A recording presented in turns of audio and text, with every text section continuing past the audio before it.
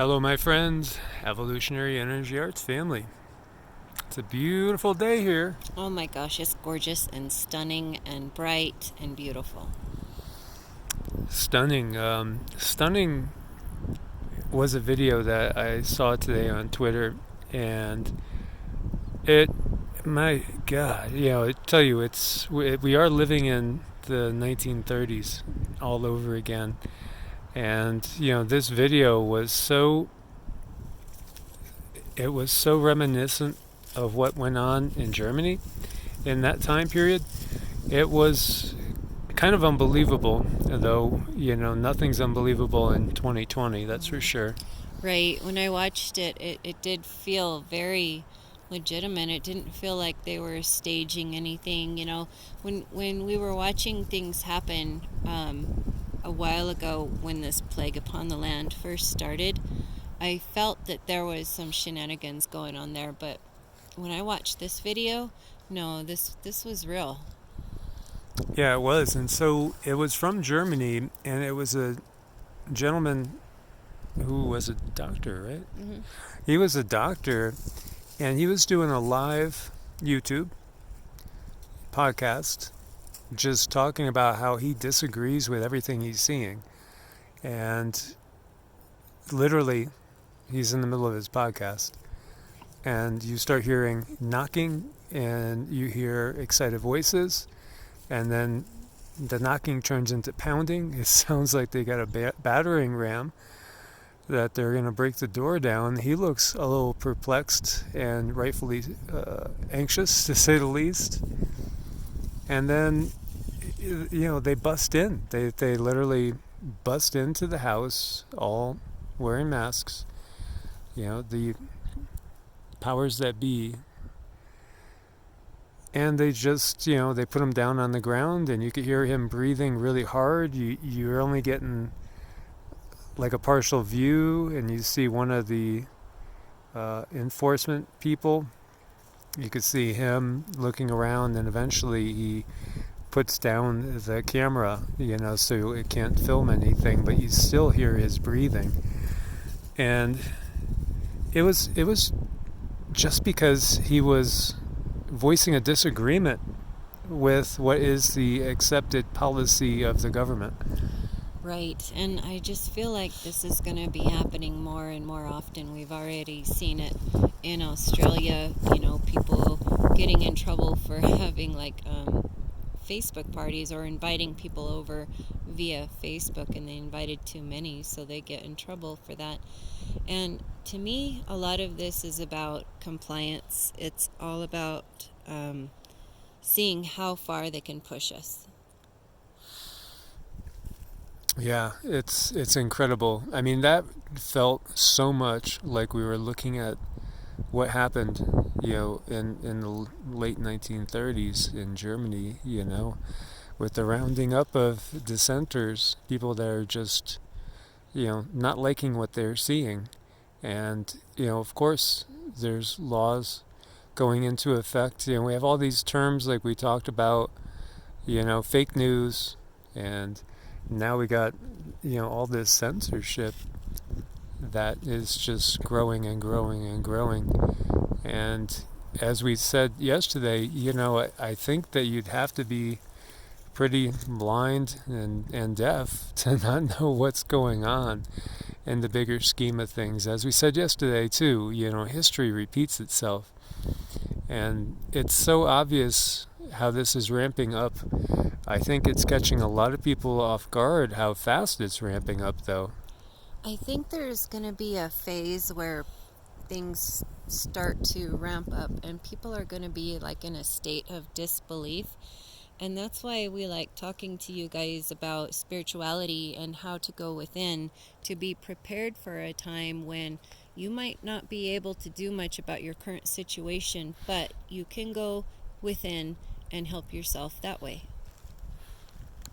I was going to make a video last night, and I'll just share the premise with you guys. If we look at those old-time movies, right? I mean, the real old movies, where it's like a reel, and at first it's just a single photo after another, and then the reel starts spinning, they start to take motion. But each individual frame is a still shot. It only seems to have motion when it's moving at a certain speed. And when we look at quantum mechanics, for instance, we recognize the observer effect. And, there's just this, what they call the field. It's like a wave, an energy wave that's there, that when it's observed, it takes a solid particle. It becomes a particle. It takes a form. And so we know, that this world it's a holographic fractal world.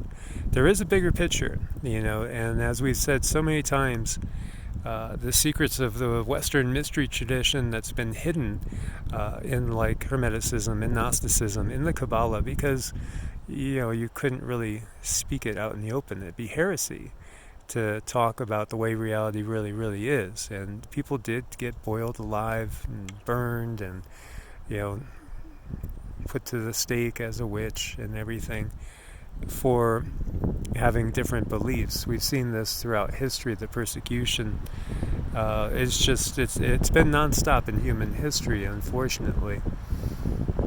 But what we're getting at is the fact that each one of our lives is like one of those still frame snapshots in a movie. Because we live many times. We come back and do this over and over again, most of us, till we get to a certain point where we don't need to do this anymore. And so taking that bigger picture into effect and looking at the law of karma, the law of cause and effect, it's critical that we respond in a way that, again, does not damage our souls in the bigger picture of things.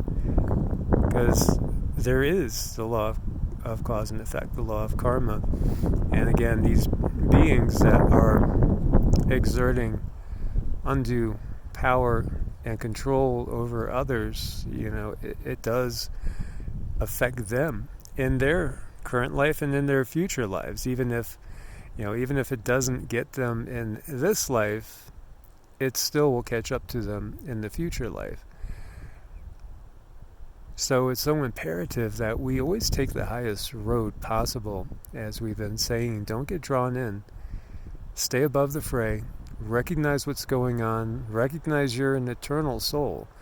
And as it says in the Bhagavad Gita, when it's talking about the Atman, that eternal part of us that never ends. It says that bodies are discarded just like clothes are when they're worn out. But the Atman, that part of us that's eternal, it can't be burned, it can't be harmed, it can't be killed or destroyed in any way, shape, or form. However, we can cause negative karma and, get negative returns if we go down that wrong road. I kind of look at it like this. I see it as living today for tomorrow, and everything we do is going to reflect, tomorrow and this lifetime, we're living this lifetime for the benefits of the next lifetime, and so on and so on. There's been the phrase used, never again, for different things. And of course, it can be referring to that period in time when all these atrocities were going on over there in Germany. But we could also look at the atrocities that happened to, again, Native Americans here in North and South America. We could look at slavery, and say never again. That was such a horrible darkness upon the land as well. And yet we see this rising shadow of darkness that's upon us now. And it's going to be a case of how do we respond to it? And do we respond to it by pulling each other up, one individual at a time, and trying to do our very, very best to most definitely be not caught up into the fray, into the madness. We must stay out of the madness, and this madness is in many ways worse than the madness of the plague that's upon the land.